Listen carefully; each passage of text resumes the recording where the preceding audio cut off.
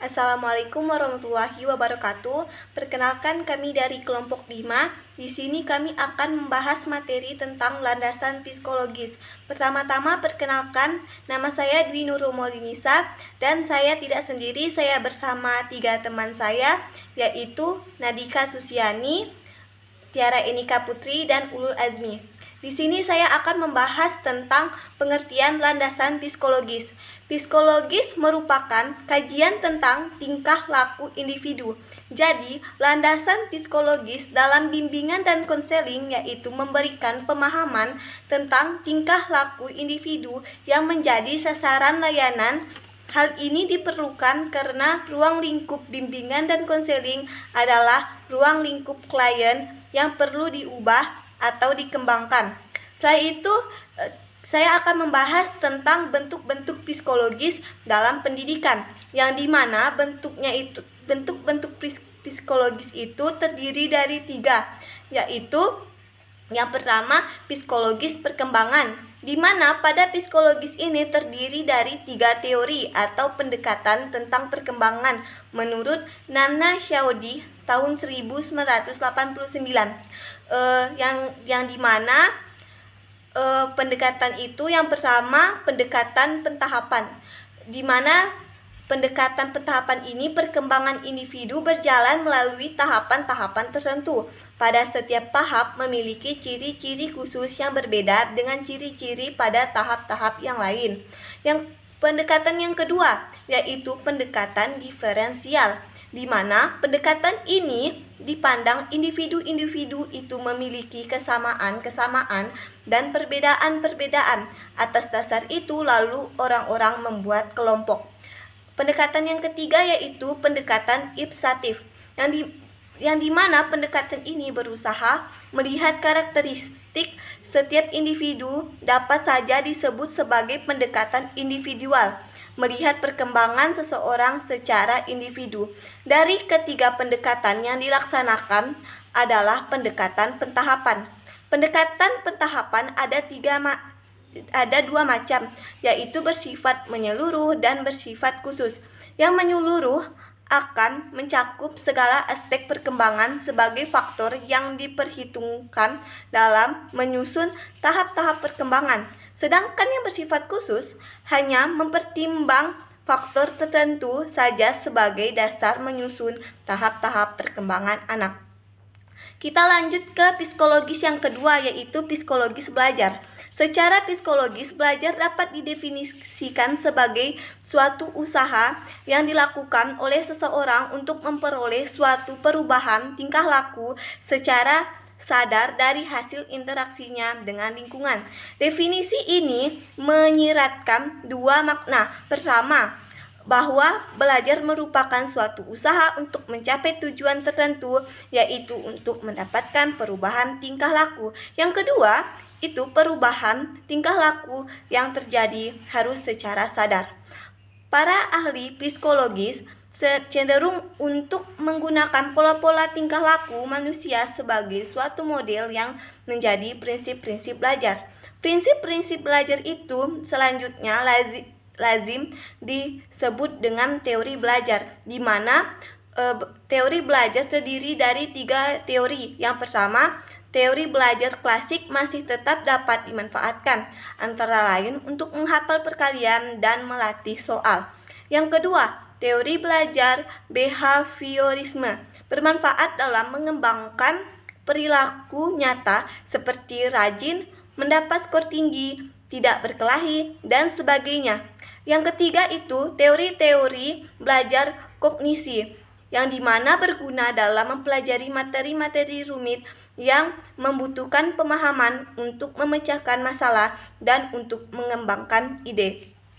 Setelah itu kita akan membahas psikologis yang ketiga, yaitu psikologi sosial, yang dimana menurut Hollander tahun 1981, psikologis sosial adalah psikologis yang mempelajari psikologi seseorang di masyarakat, yang mengkombinasikan ciri-ciri psikologi dengan ilmu sosial untuk mempelajari pengaruh masyarakat terhadap individu dan antar individu. Sedangkan menurut Klinger yang dikutip oleh Pidarta pada halaman 222 tahun 2007, faktor-faktor yang menentukan motivasi belajar adalah: yang pertama, minat dan kebutuhan individu; yang kedua, persepsi kesulitan akan tugas-tugas; dan yang terakhir, yang ketiga, yaitu harapan sukses. Sekian penjelasan saya. Penjelasan selanjutnya akan dijelaskan oleh teman saya, Nadika Susiani. Sekian, terima kasih. Assalamualaikum warahmatullahi wabarakatuh. Perkenalkan, nama saya Nadika Susiani. Di sini saya akan melanjutkan presentasi dari rekan saya, yaitu Dwi Nurul Maulinisa. Nah, saya akan menjelaskan poin yang ketiga, yaitu manfaat psikologi dalam bimbingan konseling. Seperti yang kita ketahui, pentingnya psikologi dalam bimbingan dan konseling tentulah sangatlah banyak. Di sini saya akan menjelaskan tentang 8 manfaat psikologi dalam bimbingan dan konseling. Yang pertama yaitu merumuskan tujuan pembelajaran yang tepat. Seperti yang kita ketahui, psikologi dalam bimbingan dan konseling sangatlah penting bagi konselor atau guru agar nantinya bisa lebih tepat sasaran untuk menentukan perubahan perilaku yang diinginkan untuk tujuan pembelajaran dan jenis-jenis metode pembelajaran. Sebagai contohnya yaitu dengan mengaplikasikan pemikiran dari Bloom mengenai taksonomi perilaku individu dan menghubungkannya dengan perkembangan masing-masing individu. Poin yang kedua yaitu memilih strategi pembelajaran yang sesuai. Psikologi dalam bimbingan ini dan konseling juga berguna agar setiap guru bisa menentukan strategi atau metode pembelajaran apa saja yang paling tepat dan sesuai, sekaligus bisa menghubungkannya dengan karakteristik serta keunikan dari setiap individu, jenis belajar, gaya belajar, dan tingkat yang sedang dilakukan para siswa di sekolah. Yang ketiga yaitu memfasilitaskan dan motivasi belajar peserta didik. Nah, yaitu seperti memfasilitas atau memberikan fasilitas adalah berusaha untuk mengembangkan semua potensi yang ada dalam diri siswa seperti kecerdasan, bakat, dan juga minat. Sementara motivasi atau memberikan motivasi diartikan sebagai upaya memberikan dorongan pada setiap siswa untuk melakukan hal atau perbuatan tertentu, terutama dalam hal belajar sehingga cara belajar efektif. Nah, poin yang keempat yaitu menciptakan suasana belajar yang kondusif. Di sini, dengan pahamnya guru akan psikologi dalam bimbingan dan konseling akan memungkinkan untuk menciptakan suasana sosio-emosional yang kondusif di dalam kelas. Dengan ini, maka siswa bisa belajar dengan lebih nyaman dan aktivitas belajar juga akan terasa jauh lebih menyenangkan. Poin yang kelima yaitu melakukan interaksi dengan siswa secara tepat. Maksudnya yaitu untuk memungkinkan perwujudan interaksi dengan siswa secara lebih bijak, penuh dengan empati, dan juga menjadi sosok yang jauh lebih menyenangkan untuk para siswa di sekolah dalam menerapkan macam-macam teori belajar dalam psikologi. Poin yang keenam yaitu menilai hasil pembelajaran yang adil. Di psikologi ini atau di poin ini nantinya juga bisa membantu para guru untuk bisa mengembangkan penilaian pembelajaran siswa secara lebih adil, baik untuk teknik penilaian, pemenuhan prinsip-prinsip penilaian, dan juga menentukan hasil dari sebuah penilaian. Baik, poin yang ketujuh ada membantu dalam pengantaran. Nah, di proses pengantaran merupakan proses mengantarkan klien untuk memasuki kegiatan konseling dengan berbagai pengertian, tujuan, dan juga asas yang mengikuti. Dalam proses pengantaran ini akan dilakukan dengan kegiatan penerimaan yang memiliki suasana hangat, permisif, dan juga KTPS serta terstruktur. Nah, baik, saya akan menjelaskan poin yang terakhir yaitu yang ke-8, mendukung proses penjajakan. Nah, proses penjajakan biasa diartikan sebagai membuka serta memasuki sebuah ruangan yang sesak atau hutan rimbun yang berisikan dengan gastra klien berkaitan dengan perkembangan dan juga masalah yang sedang dihadapinya di sepanjang sejarah bimbingan konseling. Tujuan dari penjajakan ini adalah hal yang akan diutarakan klien dan hal lainnya yang harus dipahami diri dari klien sendiri, sehingga seorang konselor harus mendalami ilmu psikologi dengan sangat baik. Nah, baiklah, sekian dari presentasi dari saya. Presentasi poin selanjutnya akan dilanjutkan oleh rekan saya, yaitu Tiara Enika Putri. Jika ada salah kata, saya mohon maaf. Baik, saya akan melanjutkan presentasi dari Nadika Susiani. Nah, di sini saya akan membahas tentang kajian landasan psikologis. Yang pertama, motif dan motivasi. Salah satu aspek psikis yang penting diketahui adalah motif, karena keberadaannya sangat berperan dalam tingkah laku individu. Pada dasarnya, tidak ada tingkah laku yang tanpa motif. Artinya, setiap tingkah laku individu itu bermotif, serta mengartikan motif sebagai suatu keadaan yang kompleks dalam organisme individu yang mengarahkan perilakunya kepada satu tujuan atau insentif. Nah, motif dapat dikelompokkan menjadi dua, yaitu motif primer dan motif sekunder. Motif primer didasari oleh kebutuhan asli yang ada pada diri individu sejak ia lahir ke dunia. Motif primer meliputi dorongan fisiologis. Motif ini bersumber pada kebutuhan organis seperti dorongan untuk makan, minum, bernafas, mengembangkan keturunan, beristirahat, bergerak, dan sebagainya. Dorongan umum meliputi perasaan takut, kasih sayang, ingin tahu, menyerang, berusaha, dan mengejar. Nah, motif sekunder ialah motif sekunder tidak dibawa sejak lahir, melainkan terbentuk bersamaan dengan proses perkembangan individu yang bersangkutan. Motif ini disebut juga motif yang disyaratkan secara sosial karena manusia hidup dalam lingkungan sosial dengan sesama manusia, sehingga motif ini disebut juga motif sosial. Dalam perkembangannya, motif ini dipengaruhi oleh tingkat peradaban, adat istiadat, dan nilai-nilai yang berlaku dalam masyarakat tempat individu itu berada. Di dalam golongan ini termasuk antara lain dorongan untuk belajar ilmu pengetahuan, dorongan untuk mengajar suatu kedudukan, dorongan berprestasi, motif-motif objektif seperti eksplorasi, manipulasi, dan menaruh minat. Selanjutnya, dorongan ingin diterima, dihargai, persetujuan, merasa aman. Dan yang terakhir, dorongan untuk dikenal.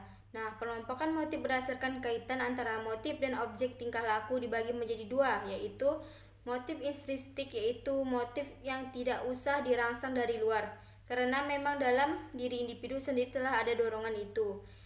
Dan yang kedua, motif ekstrinsik, yaitu motif yang disebabkan oleh pengaruh rangsangan luar. Nah, yang kedua, pembawaan dan lingkungan. Nah, setiap individu dilahirkan ke dunia dengan membawa kondisi mental fisik tertentu. Apa yang dibawa sejak lahir itu sering disebut pembawaan. Dalam artinya yang luas, pembawaan meliputi berbagai hal, seperti warna kulit, bentuk dan warna rambut, golongan darah, kecenderungan pertumbuhan fisik, kepribadian tertentu. Kondisi yang menjadi pembawaan itu selanjutnya akan diterus tumbuh dan berkembang. Namun, pertumbuhan dan perkembangan itu tidak dapat menjadi dirinya sendiri. Untuk dapat tumbuh dan berkembang, apa-apa yang dibawa sejak lahir itu diperlakukan prasarana dan sarana, yang semuanya berada dalam lingkungan individu yang bersangkutan. Nah, yang ketiga yaitu perkembangan individu. Nah, sejak masa konsepsi dalam rahim ibu, bakal individu yang telah menjadi janin menjadi bayi lahir ke dunia, terus berkembang menjadi anak kecil, anak usia SD, remaja, dan dewasa.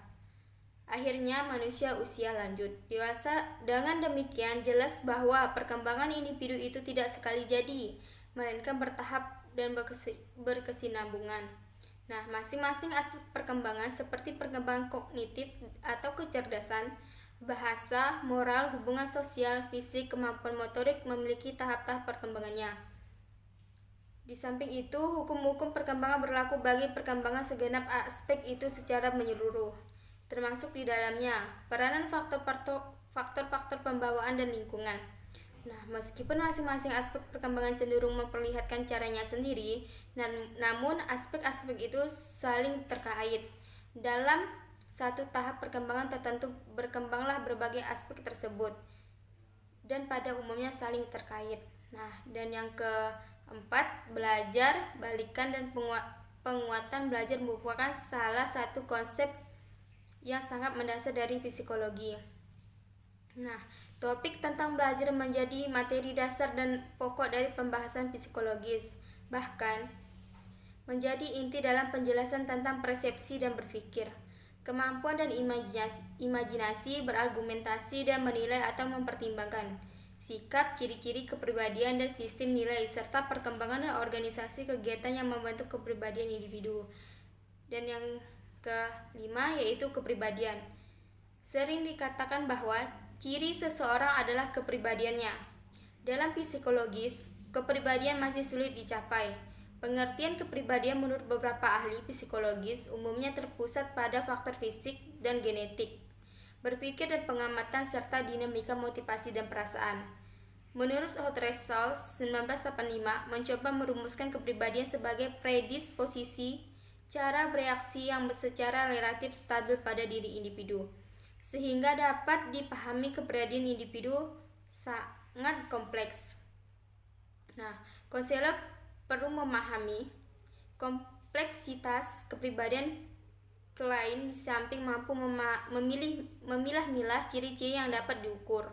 Nah, tugas konselor mengoptimalkan perkembangan dan pendayagunaan predisposisi ataupun ciri kepribadian individu ke arah hal-hal positif sesuai tingkat perkembangan dan kebutuhan individu yang bersangkutan. Nah, sekian presentasi penjelasan yang saya sampaikan. Selanjutnya akan disampaikan oleh teman saya, yaitu Saudari Ulul Azmi. Assalamualaikum warahmatullahi wabarakatuh. Perkenalkan, nama saya Ulul Azmi dengan NIM 212010028. Baiklah, di sini saya akan menjelaskan tentang perkembangan peserta didik sebagai landasan psikologis. Nah, umumnya seperti yang kita ketahui bahwa peserta didik pasti akan mengalami yang namanya perubahan, baik itu secara pertumbuhan maupun perkembangan. Nah, perubahan secara pertumbuhan itu seperti apa sih? Nah, perubahan secara pertumbuhan ini biasanya terjadi karena adanya faktor dari dalam atau faktor internal yang berakibatkan pada kematangan atau pada proses pendewasaan pada peserta didik itu sendiri. Kemudian perubahan perkembangan. Nah, perubahan peserta didik dalam hal perkembangan ini biasanya terjadi karena adanya faktor dari lingkungan, seperti tempat bermainnya, atau lingkungan sekitarnya, atau sekolah, atau teman pergaulannya. Nah, kemudian setiap peserta didik ini pasti akan mengalami yang namanya perubahan kan? Nah, dari proses perubahan yang terjadi pada peserta didik ini dipengaruhi oleh beberapa faktor, seperti misalnya faktor keturunan atau hereditas, kemudian adanya faktor lingkungan, kemudian yang ketiga adanya faktor proses dari perkembangan itu sendiri, dan yang terakhir yaitu adanya faktor-faktor lain yang kita anggap sebagai anugerah yang diberikan oleh Tuhan. Apa sih yang dimaksud dengan faktor hereditas atau faktor keturunan? Nah, faktor hereditas atau faktor keturunan ini merupakan suatu perkembangan kepribadian peserta didik di mana perkembangan tersebut berlangsung atas dasar kerjasama antara maturasi atau pendewasaan dengan pengaruh dari proses pertumbuhan di dalam diri internal manusia tersebut. Contohnya pengalaman yang pernah dialami atau dijumpai manusia tersebut di dalam hidupnya. Penerapan landasan psikologis dalam pendidikan di Indonesia. Seperti yang kita ketahui bahwa landasan psikologis merupakan landasan yang paling penting atau sangat penting dalam penyelenggaraan pendidikan, di mana proses penerapan landasan psikologis di Indonesia ini seperti sudah terlihat cukup baik, seperti contohnya adanya kurikulum 2013. Adanya kontribusi psikologis pendidikan terhadap sistem pembelajaran, di mana yang seperti sudah kita lihat sekarang bahwa kajian psikologis pendidikan telah melahirkan berbagai teori yang mendasari sistem pembelajaran pada saat ini. Kontribusi psikologis pendidikan dalam hal penilaian. Nah, seperti yang kita ketahui bahwa penilaian pendidikan ini merupakan salah satu hal aspek penting dalam pendidikan guna untuk mendasari atau untuk melihat seberapa jauh tingkat keberhasilan pendidikan yang sudah kita tempuh. Itu saja penjelasan dari saya, kurang dan lebihnya saya mohon maaf. Wabillahi taufiq wal hidayah. Wassalamualaikum warahmatullahi wabarakatuh.